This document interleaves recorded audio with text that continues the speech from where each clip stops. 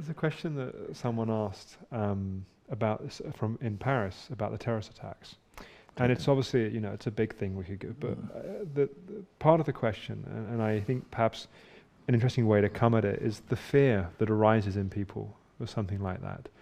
I don't know if there's anything you'd like to say about that and people, in any place you want to come at the question, but perhaps the place is just the fear that arises in people around something as significant as that and how it can shake our foundations. Yes, it is important that our foundations are shaken, especially foundations formed in illusions.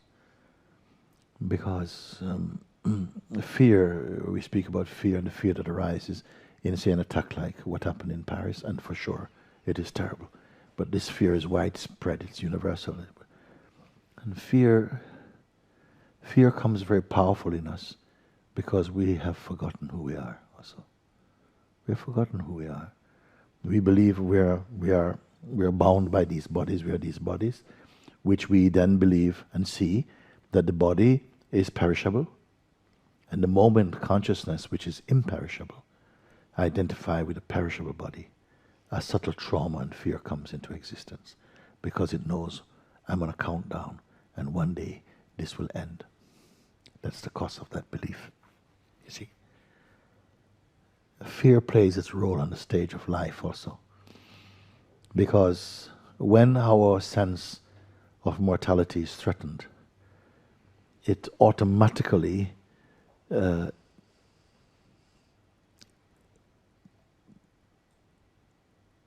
produces an aspiration for freedom or for looking more deeply into the meaning of life.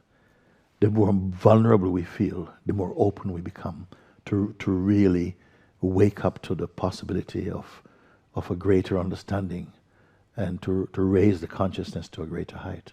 The more comfortable we are, the more we go to sleep. Now, nobody will willingly invite a life of calamity and great pain and suffering, you see. But yet, for most of us, it is the challenging things in life that really offers us a door into a higher way of being, because you don't have the luxury of safety.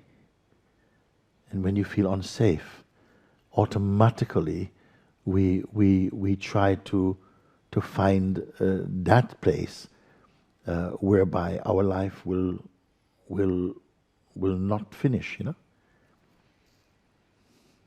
I say that death is one of God's great ideas, because the fear of death so terrifies living beings that it inspires in them or drives them to search for the imperishable in themselves, without which they will not go to a higher states of consciousness.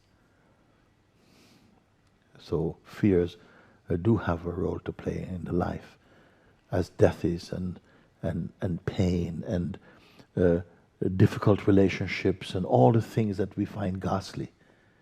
They're aids to awakening in some way. And life serves this meal, acid grace, to help us to awaken, each according to their capacity, as is served by the Spirit of God. Whatever it may seem, as I said, in the big picture, all is good. Have to go beyond the beliefs, I am this, I am this. And nothing wrong with it. This is beautiful. A beautiful machine. Biological machine that supports consciousness. You see, it is the food and the support for consciousness in its functioning. But this is not eternal. You see, recyclable, but not eternal. Because you cannot kill the elements. They can only reform themselves into other shapes. So something else that also happens with fear, it's something I've observed since, many times, but especially in these recent days. When people are in fear, it can go in different ways. One of the ways it goes is it tends to reinforce people's positions and their stories, and people sometimes become even more deeply entrenched in their story because it's infused by the fear. And I wonder if, and that seems to cause more stuckness in the world. People become more afraid, they become more attached to their position, they become more...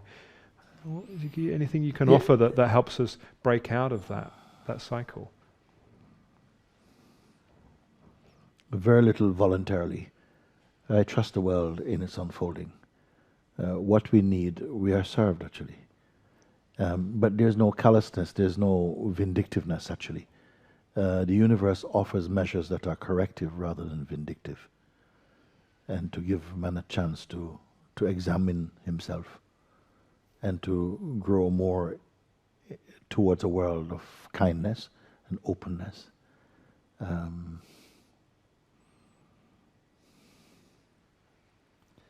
But nobody is exempt from pain and trouble, you know.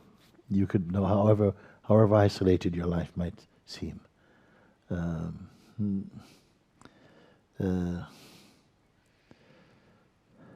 If we only half suffer, we can endure and become even stubborn. But when you fully suffer, it brings you to a place of surrender, of letting go, and which we hate until it sets us free. Then you can appreciate. We really are thankful ahead of time. All our sense of gratitude comes from hindsight, for the most part. When you look back and see, wow, it is good that thing happened, because if it hadn't happened, I would not be here now in this way. And always your life will seem somehow that if you are made sensitive to the ways of the inner self, you'll always feel you're in a state of grace.